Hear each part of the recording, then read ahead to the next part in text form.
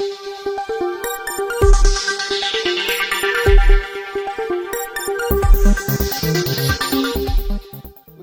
шинэ 7 хоногийн мэндийг хүргэе. Тасан цэнгэл ньюс эхлэхэд бэлэн боллоо.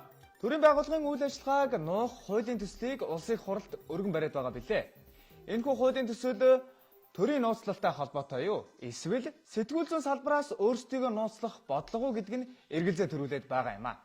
Дараагийн мэдээ аврах том асаа авраг асаа циркийг залгаад 16 жил өнгөрсөн байна.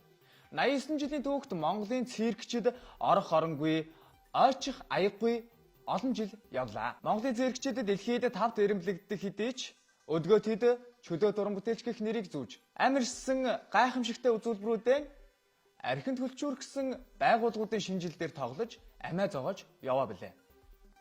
Тэгэхээр ирээдүйд хүүмэн надаас аава цирк үзье гэвэл асаа гэдэг мангас циркийг залгаад удаж байна хүүмэн гэж хэлэхэд буруутахгүй зэ.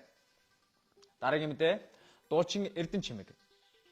Төмөн дундаа нэр цуун алдартай танаа айлын ганган хүүчин төв цэнгэлтэхэд даарч байхад би энд ангуучийн хажууд Монгол түмнээ шүүж байна. Ай хөрхийдөө хүүе тамнээ хараач хой даарсан байх та гэжээ. Ард түмний дунд аля хошин марзан зангаараа алдаршсан жүжигчин Баяр Магнай 600 мянган дагагчтай өөрийн пэйж хуудсыг намынхаа ах нарт зарсан билээ.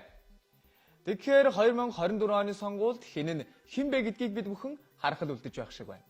Намын ах нар хором циком аав минь юм шиг циком санагдаад байна да гэж дуулахт нь инээх биш харин уйлах сонголт бидэнд үлдэж байх шиг байна. Нийгмийг бид шампундах болно, нийтээрээ тархиа цэвэрлэх болно. Төмөн бидний талд байхад түүнэрийг энд асаах болно. Сенсо телевиз 300 г-ийн студиогоос хөтлөгч Нямдорж мэдээллээ.